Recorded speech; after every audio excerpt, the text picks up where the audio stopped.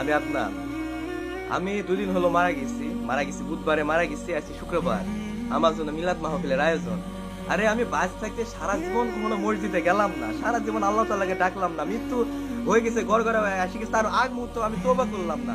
আর এখন যদি আমার পরিবারের লোকজন যদি আমার জন্য যদি মিলাদ মাহফিল করে কিংবা ওই করে, তাহলে আমার ওইটা কি কোনো কাজে লাগবে? আমি বাস থাকতে আল্লাহ তাআলাকে কোনো স্মরণ করি নাই, আল্লাহ তাআলা নবীর উপরে কখনো আমি দরুদ শরীফ পাঠ করি নাই। আর এখন মরে গেছি, আর লোকজন খাওয়াই দিলে আমি জান্নাতে চলে গেলাম। এসব হচ্ছে খালি বাপ দাদার দুবাই দিয়ে খালি বলা যে বাপ দাদারা করে গেছে, আমাদেরও করতে হবে, না করলে হবে না, না করলে এতে হবে। আরে আমি বাস থাকতে জীবনে এসব করলাম না, মরে গেছি, এখন এটা করলে আমি পার পাই যাবো, কবরের আযাব আমার মাপ। আমি আল্লাহ তাআলাকে জীবনে আমি স্মরণ করলাম না, আর আমি এখন হয়ে গেছি, মরে গেছি, আর এখন আমার জন্য এটা করলে আমি একবারে ক্ষমা হয়ে যাবো। এসব ভিত্তিহীন বানোয়াট কথা ছাড়া কোনো কিছু নয়।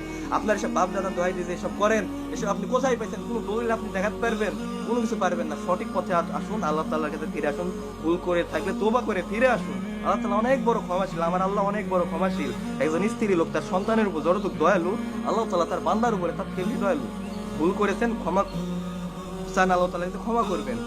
মরে গেছেন আর আপনার জন্য মিলাদ মাহফিল হবে, এসব করে কোনো লাভ নাই। এসব আমি ধরেন আজকে মসজিদে যাবো, চিনি ধরা লোভে যাবো, আপনি আমি কখন আপনার জন্য দোয়া করবো না? এই সকল মানুষ এটাই করবে, সেজন্য নিজের কাজ নিজেই করতে হবে। এটা একটা